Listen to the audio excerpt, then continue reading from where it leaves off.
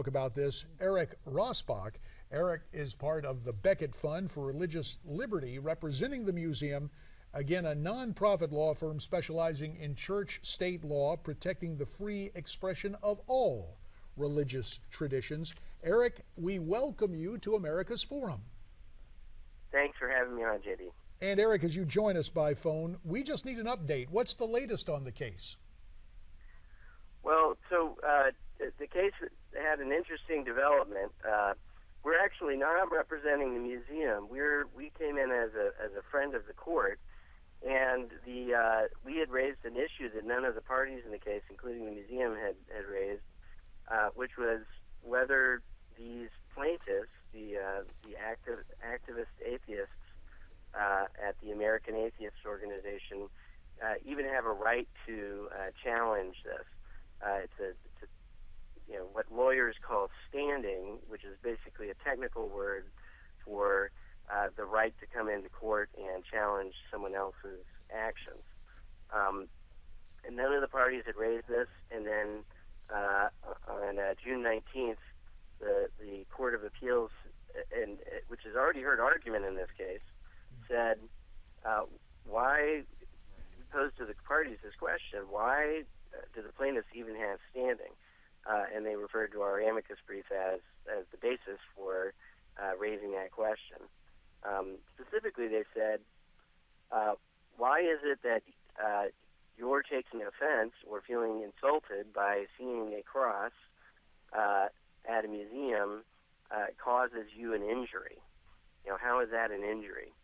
Usually in the American system, if you see something you disagree with, you can state your disagreement, but that doesn't mean you get to sue the other person. Right, and they actually have two things, Eric, that they have to prove when you were talking about injury, correct? That Silverman must prove with his group, his atheist group. They have until, I believe it is July 14th, correct? That there are two things that they have to prove. You mentioned that. Constitutional injury being one of them. Right. And then they have to show that they would have to also explain, how does this marginalize them as an American citizen, to the extent that they're making that argument. One of the things about this case that's interesting is that American Atheists has changed its position.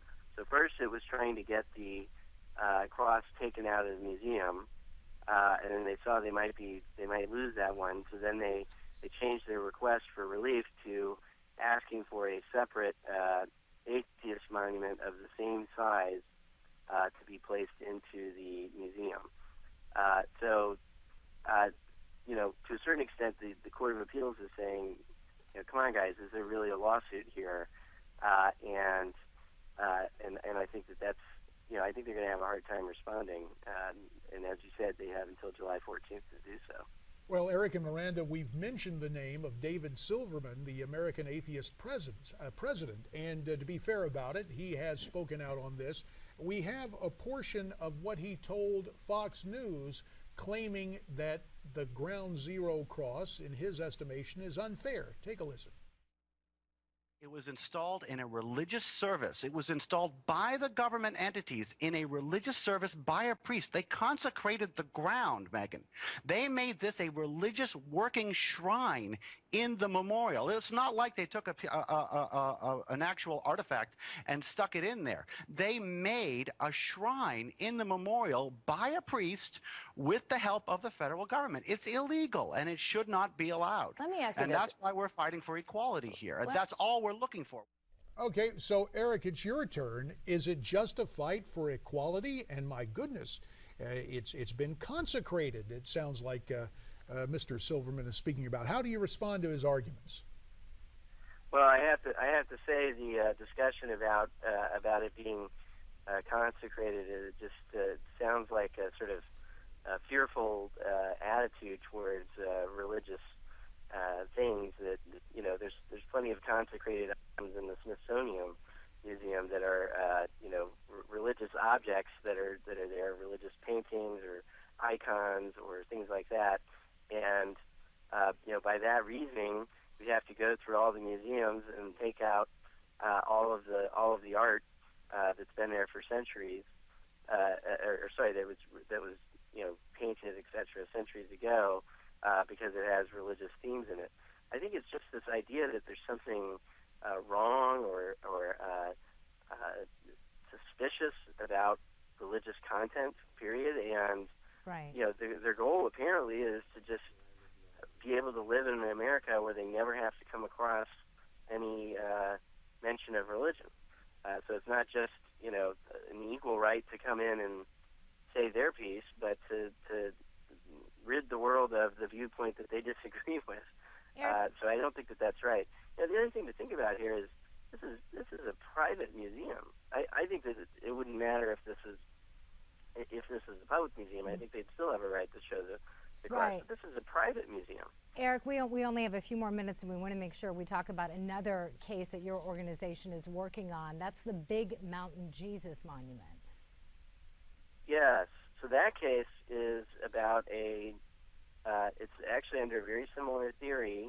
It's being challenged by a different organization called Freedom from Religion Foundation in Wisconsin.